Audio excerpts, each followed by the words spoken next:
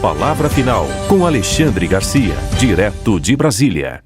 Bom, ontem à noite, na hora que eu estava gravando, estavam decidindo lá, mas não tinha ainda resultado. A tentativa do governo de tirar dos pagadores de impostos mais 17 bilhões de reais, além de toda a opressão que sofrem pagando imposto, né? Eu vejo aqui, a cervejinha paga mais da metade do preço da cerveja, é imposto. O sujeito que conseguiu comprar um carro de 100 mil reais, quase metade é imposto. Tudo poderia ser mais barato se tivesse menos imposto. Mas, enfim, 251 representantes do povo preferiram ser fiéis, leais aos seus mandantes, como bons mandatários, e derrubaram a medida provisória. Estava no último prazo e surgiu um requerimento do Kim Kataguiri para não apreciar naquela noite e foi aprovado. 251 deputados não permitiram que o governo governasse tirando ainda mais imposto da gente. Fica fácil governar assim, né? Se o dinheiro está rolando, traz mais dinheiro, arrecada mais dinheiro. Vai lá, cobrador de impostos, traga mais dinheiro que estou precisando aqui na corte.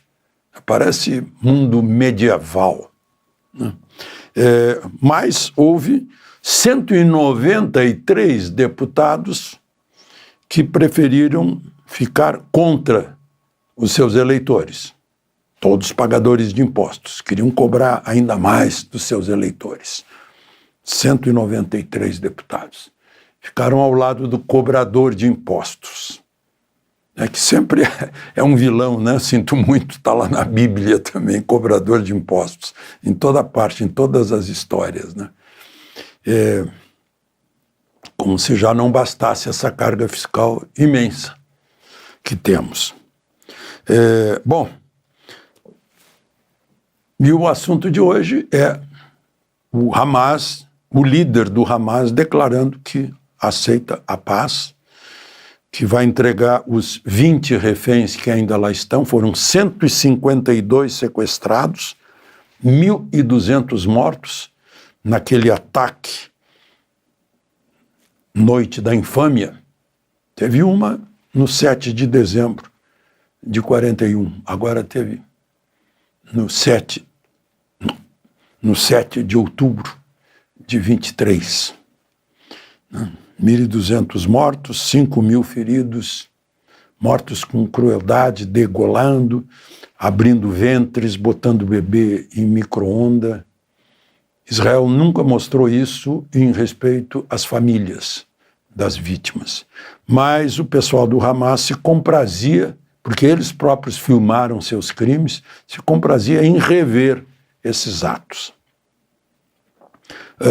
Trump saudou, né? Agradeceu aos mediadores Turquia, Catar e Egito, e parece que vai ao Egito agora no domingo, e o governo israelense está decidindo, submetendo ao voto, eu acho que é lá no parlamento, mas é preciso saber o quanto esse líder do Hamas manda, se é que ele manda alguma coisa, ou as ordens continuam a vir de Teherã, aquele radicalismo muçulmano de extinguir Israel. Eu não creio que uma paz obtida em acordo com o Hamas vá dar certo.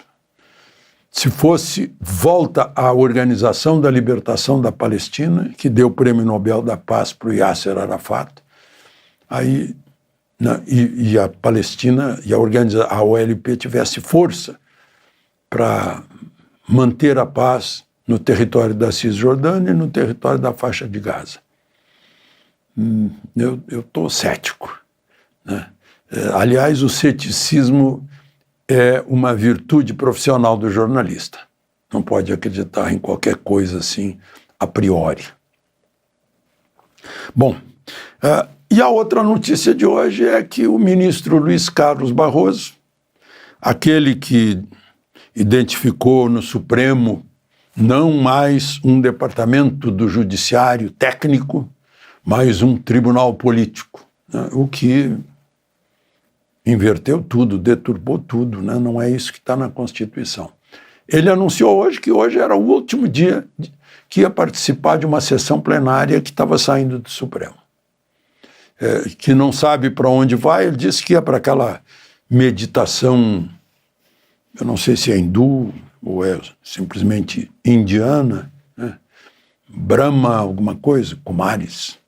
E acho que mesmo antes dessa meditação ele já tomou a decisão. Aí já apareceram os candidatos, né? O Messias, Jorge Messias, a presidente do Superior Tribunal Militar, que já deu entrevistas prejulgando o Bolsonaro, o Dantas do Supremo, do TCU e o Rodrigo Pacheco. Aí eu fico pensando, Barroso fica. Pelo jeito não é 6 por meia dúzia. Pelo jeito a gente poderá ter saudade de Barroso, né? Tomara que não, tomara que seja só uma sensação. Bom, CPMI, daquele crime hediondo, gigantesco contra idosos da Previdência, tirando 6 bilhões de 2.300.000 idosos, foi depor o presidente do Sindicato Nacional dos Aposentados, Pensionistas e Idosos da Força Sindical, Sindinap. Força Sindical é do Paulinho da Força, que botaram lá, que o Mota botou para ser relator da, não da anistia, mas da dosimetria. Bom, o nome dele é Milton Batista de Souza Filho. Ele ficou calado com o habeas corpus concedido pelo ministro Flávio Dino do Supremo, fez com que o presidente da comissão, o senador Carlos Viana, registrasse que os habeas corpus estão atrapalhando as investigações. Mas eu digo que os silêncios estão sendo eloquentes. Quem cala, consente. Ante perguntas de deputados, senadores, ficam calados. Tem um sujeito que ficou calado até quando a senadora Soraya perguntou para ele, né, onde foi feito o terno dele. Porque ele apareceu lá como se estivesse preparado por um desfile em passarela. E ele ficou silente o tempo todo. Mas depois a gente vê na rede social, aí dispara, né? Aí começam a contar as relações dele com o advogado Nelson Williams, por que ele recebeu 23 carros, a ascensão que ele teve saindo da Assembleia Legislativa, foi trabalhar no escritório de Nelson Williams para organizar e ficou rico, né? Mais camisote, né? Então, o fato é que o som da COAF é que está muito ruidoso, porque é muito dinheiro, são muitos milhões transferindo de um para o outro, tudo dinheiro dos velhinhos da Previdência. São milhões. A pessoa recebe milhões assim, de um mês para o outro. Agora vão convocar de novo um sujeito chamado Eli Cohen, né? Aí eu lembro daquele outro que lá na Flórida passou a mão no dinheiro dos velhinhos, dos aposentados, foi condenado nos Estados Unidos a 800 e tantos anos. Lá é para valer, né? Aqui condenam o Sérgio Cabral a 425 anos, ele está lá na piscina recomendando peças de teatro. Mas esse da passarela, o Fernando dos Santos Andrade Cavalcante. Chegou calado, saiu calado, mas deixou muito dito pelo silêncio dele. A propósito, esse presidente desse sindicato aí, da força sindical, tem por vice-presidente o irmão do Lula, que é conhecido como Frei Chico. Então é isso, minha gente. De Brasília, Alexandre Garcia.